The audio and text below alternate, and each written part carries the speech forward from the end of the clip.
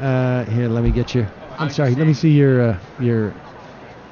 Okay, Julian NoiseCat, also from Data for Progress. Julian? I was just saying that this is why the Data for Progress Green New Deal also has a public option for bike shares. Oh, is that right? Part of the programming, yes. Okay. Very prominent. Now, all right, is that serious? Yeah. Oh, all right. Bike shares are part of the Green New Deal. Okay. Do you know how many emissions we create with our cars? You know what else is part of the Green New Deal? I mean, eating fake meat to own conservatives. That's right. Specifically, every Beyond Burger or Impossible Burger you bite your teeth into, you are owning Donald Trump. They hate that. They do. Look, if we turn meat into a culture war, it benefits us more. Conservatives can't eat any more meat humanly, and progressives, we could eat a ton more fake meat. All right, let's do it. I'm serious. No, I know you're being serious. Yeah. Let me just properly introduce you. Oh, okay. Jesus. God. Are you having Eric Levitz on too? I don't know. You always have him on. It's like constant. Man. He's like, Sean, Sam has me on so much more than you. Well, I mean, he certainly follows all the protocols. Sean McElwee of Data for Progress and Julian NoiseCat, Data for Progress. Just for folks who don't know, before we get into the Green New Deal stuff, sure, et cetera, just tell us what Data for Progress is. Data for Progress is a think tank for the next generation of the Democratic Party. Fair enough. And you guys do a lot of data. Yeah. For progress. For progress. And you're showing up in all sorts of different places these days. So good for you. So what is this whole Green New Deal thing? I'll let Julian take that. Julian. So the Green New Deal is progressive climate policy that aims to take on the twin crises of climate and inequality. That's the elevator pitch. It's about fighting climate change and creating millions of green jobs in the process. Wait, will you just go down some of the bullet points of the Green New Deal for people? Yeah, sure. I mean, so the broad stroke is that the Green New Deal is a policy framework that aims to take on a lot. It's sort of a policy built for this maximalist era of politics that we find ourselves in. It addresses issues of economic and racial injustice. So, for example, there's a long history of pipelines, power plants, toxic waste dumps being sited in communities of color. The Green New Deal aims to take that on. We also live, obviously, in an era where unions are at one of their weakest points in American history. Last time I checked, it's like about 6% of the private sector is unionized. The Green New Deal is a climate policy that aims to empower unions and revive the labor movement as a central part of our functioning democracy. It addresses, of course, carbon pollution and greenhouse gases, but it also talks about co-pollutants. So not just the things that are heating the planet, but also the things that are giving our children asthma, polluting water, all these sorts of things. And it also sort of aims to create a more holistic vision for what climate legislation and policy might look like. It includes things like a vision for healthcare, a vision for job provisions.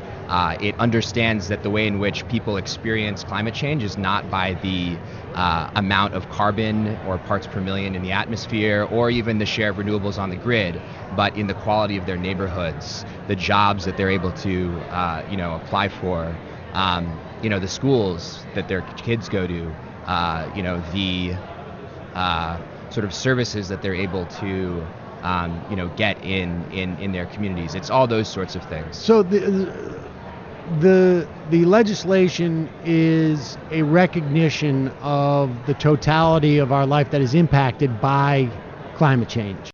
And it is also implicitly, or I guess explicitly, saying that to address climate change is going to take a lot more than just cutting our emissions, because the amount that we have to cut in terms of our emissions and what we're going to have to do to adapt to the problems that were already baked into the cake, as it were, are going to require like a reform across the board of our existence. It requires direct government intervention in the economy. We have to fundamentally reconceptualize where we live, how we live, how we're building buildings, how we're building apartments, how we're building transportation. Like all of that is fundamentally has to change if we want to address climate change. And we also have to ensure that people aren't left behind when we build this new economy. And that's why green jobs and making sure everyone has a job is such a central part of climate change, and it's something we haven't talked enough about, and progressives haven't talked enough about, and Democrats haven't talked enough about. So when you go out, what does Data for Progress do in terms of bringing this about? I mean, do you go out and do polling that shows, or are you out there trying to drive support for it? I mean, what business is of yours? Sure. So we do a lot of polling on the Green New Deal, and we've done a lot of polling sort of explaining sort of where the Green New Deal is having the most support, and we found union members are really supportive, but also the struggles the Green New Deal is having. We've found in our polling that most people hear negative things from the media about the Green New Deal. And this is not just Fox. People listening to any news source are hearing more negative messaging about the Green New Deal than they're hearing positive messaging. So we're identifying those problems, and then we're also working for solutions. We have a lot of reports out there of what a Green New Deal can look like, and how do we have a Green New Deal that includes racial justice, and how does a Green New Deal address transportation and housing. And we also work with candidates to urge them to have more ambitious platforms on the Green New Deal. We talk with candidates like Inslee and Warren and Sanders and push them to have the most ambitious policies that they can, and show them polling and data that having a more ambitious policy will not hurt them, but it'll actually benefit them in the elections. When you say that it's not just Fox, how is it the hosts at MSNBC or CNN that are saying, drippily saying Green New Deal with some measure of derision, or is it simply that they're repeating the fact that Nancy Pelosi says the Green New Deal is whatever, some type of Twitter festival? What we've identified as our core struggle is the Sam Seder Majority Report. That is really where people are getting the most negative messaging. No, I think it is absolutely the fact that Schumer and Pelosi and large swaths of the Democratic establishment have decided to treat this with disdain. And so Republicans know they're supposed to hate it, but Democrats aren't being told by leadership that this is something that they should look into and see if they support. I would say also, though, that there's a lot of studies on the lack of coverage of climate change, particularly from cable news. So Media Matters, for example, did a study a few months back of climate coverage on all of the nightly sort of cable programming and the Sunday shows. And they found that in 2018, actually coverage of climate change decreased. So I think it's both the sort of disparaging comments, Pelosi going and calling the Green New Deal the Green Dream, but also sort of an inbuilt bias against climate change coverage from a lot of the major media networks. So the way you deal with that is just to get the major players who are amenable in the Democratic Party to talk about it more, or do you try and find marginal people who may adopt it and may who are you targeting in particular? Is it just like when you say Warren, Inslee, and Sanders, or is it? We've talked with Harris as well. We'd like to see, and Harris actually mentioned the Green New Deal in the debates. I mean, first off, we'd like to see more candidates, specifically mentioning the Green New Deal. We'd also like to see more candidates adopting a economic and inequality frame when they're talking about climate change. And that is a victory for the Green New Deal. If we're sort of starting to talk about racial justice, we're starting to talk about economic inequality when we talk about climate change. And we'd like to see this discussed in Democratic primaries. We have many members, Dan Lipinski of the House is notable, who do not support the Green New Deal, and they are facing challengers like Marie Newman who do support the Green New Deal. And we are going to have, the Green New Deal is on the ballot in these Democratic primaries. And I'm confident that members of Congress who are not supporting the Green New Deal will either get on board or they will lose their seats. Do you have a list of primary challengers that you're looking at that you think that my audience should be looking at? Of course. I think Newman, absolutely, front of mind. I think Richie Neal, what he's been doing in terms of slow rolling investigations into Trump's tax cuts and making deals with the shady TurboTax industry I think he should absolutely face a primary. Does he have a challenger yet? He will soon. That's when I would hit my breaking news story button, but I don't have it. I think Adam Munkadeko in New York is going to run a stellar race. I think Henry Cuellar, he's facing a challenger from the Justice Democrats. I think absolutely he's one of the worst Democrats in the country. He endorsed George Bush. And I think that Elliot Engel, who represents an incredibly diverse district, he's a supporter of the Iraq War. He constantly attacks AOC and Ilhan Omar. He opposes the Iran deal. And he has just been incredibly hawkish on all aspects of foreign policy. He's slow-rolled attempts to get the U.S. out of war with Yemen.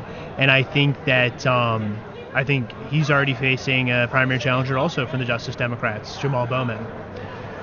Let me ask you this. When you see what's going on with Nancy Pelosi, and I should also say, I want to make it clear, Richard Neal's in the 1st District of Massachusetts. I am not eligible even if I was to go back to Worcester. Now, Richard Neal was born in Worcester, so I don't want any rumors started.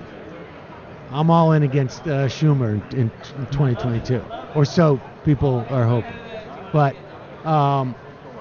is there a number that, when you look at, let's say, what Nancy Pelosi is doing right now, and I feel like the most generous perspective I can have on Nancy Pelosi right now is that that she's trying to protect, these purple districts, even though Katie Porter, came out for impeachment, and she's doing great, it seems. She's trying to protect these districts, and they have more of a sway over her caucus, right? Like the problem solvers have too much leverage, whatever it is. Somehow it feels like no matter how many members of the Progressive Caucus there are, sure, the 4 who are not have more power. Is there a number that we need to get to in terms of like progressive strength in the caucus, or is it, if you have 1, can they hold the thing hostage? I'd like to see us have the same number of progressive Democrats that are members of the squad as the Tea Party has members. And I think that, we should be open to primaries against any Democrat because they shouldn't be afraid to come back to their district and tell voters what they've done. I mean, I think Jerry Nadler's a great guy. I think he's been a great Democrat for a long time. But, he could today send a letter to the National Archives demanding that they release all the documentation from Brett Kavanaugh's time in the White House. And he hasn't done that. And so, I think the fact that he's facing a primary challenger who's putting up $300,000 in the first quarter of the race is a good thing. I think that you got to put the screws to these incumbents. You have to put pressure on them. And if they are not afraid of primaries, then they will only look to the frontline Dems. They're only going to look to those districts, and, Josh Gottheimer is going to rule the day. But if we have real progressive energy coming out of these cities and coming out of these progressive districts, I think that there's no question that we can start winning more of these fights within the caucus. Okay, so if I hear you correctly, and this is interesting because I had not ever heard anybody articulate it this way to me, by putting pressure even on your allies, you are giving them an excuse to get tougher. This is the squeaky wheel gets the oil, and the problem is the squeaky wheel has just been those so-called frontline Dems, the ones who are in the purple districts. But if everybody needs some oil, essentially, because they've all got to start to squeak a little bit, if Jerry Nadler has to go back to Nancy Pelosi and say, if I don't do this, I'm going to lose. Yeah. And so if why is my seat any less valuable to you than so-and-so's seat? Now, that may not be quite as effective if Jerry Nadler's challenger is a guaranteed Democratic seat on some level, right? But Jerry Nadler's going to be like, I don't care if I'm as important to you, Nancy Pelosi. I got to make myself as important to my voters, so I got to start to bring them stuff. And this is going to be one of those stuff, and that's the theory there. Absolutely, and it's not that Jerry Nadler is of no use to Nancy Pelosi. I mean, one of the undertold stories of this cycle so far is that these freshman Democrats like AOC are putting up huge numbers in fundraising because they're exciting the base, they're exciting small dollar donors to give at a time when fewer and fewer people are interested in supporting, these blue dogs. People are excited about candidates like AOC, and that provides money to the party. That's interesting. Do you think that that message is getting out? I mean, the DCCC is still blacklisting anyone who works for the primary challenger, but at the same time, it's not working. Marie Newman raised $150,000 in the same quarter last year. This year, she put up $330,000. She's raising twice as much as she did last cycle, and that is in spite of the fact that the DCCC is trying to kneecap anyone who helps her. Cheryl Bousis may be out of a job soon. I do think that she will. I think that this will look very bad for her. I think that she is putting a Herculean effort to protect homophobes, bigots, and anti-choicers of all stripes. And she is not going to just lose her soul. She's going to lose her career along with it. I love it. I love that kind of talk from Sean McElwee. Yeah. If it wasn't for the fact that Eric Levitz delivers those lines that much better, you'd be on more. Oh, come on. Sorry. I mean, What is he giving you that I cannot provide? All right. Just take it easy. Take it easy. Sean McElwee, Julian, thank you so much for joining us. You coming to my happy hour? I will come to your happy hour. Absolutely. Great. All right. Well, you got that star appeal. Will you? Where is it tonight? It's tonight. Yeah, Frankie Bradley's. Okay. All right. 7 o'clock. Sunrise is going to be there. Text me. No, the lovely listeners of your show can come as well. I assume no fascists are listening. No fascists are listening, but I won't rember where it's at. So just text me with the info. Where can people get more information at Data for Progress and support the think tank? Like, do you have having an annotated version of the the Constitution from Data for Progress, like something like that? Like, you can see all of our wonderful memes on Twitter at Data Progress. You can go to dataforprogress.org and you can follow Julian NoiseCat on JNoiseCat on Twitter. Don't you have like some type of program where people can become like? Is it like the Heritage Foundation? Like you can buy. No. Our supporters are sort of pay pigs. We give them nothing; they just give us the money. All right. And that allows the operation to continue. There you go. Well, think about the whole Constitution thing. I'll think about it. Annotated Constitution. I like it. Will you submit some annotations? Absolutely. All right, let's do it. Just right in the margin. Like, you got to be kidding me about this shit. This is a big mistake. All right, folks. Thank you again, guys. Absolutely.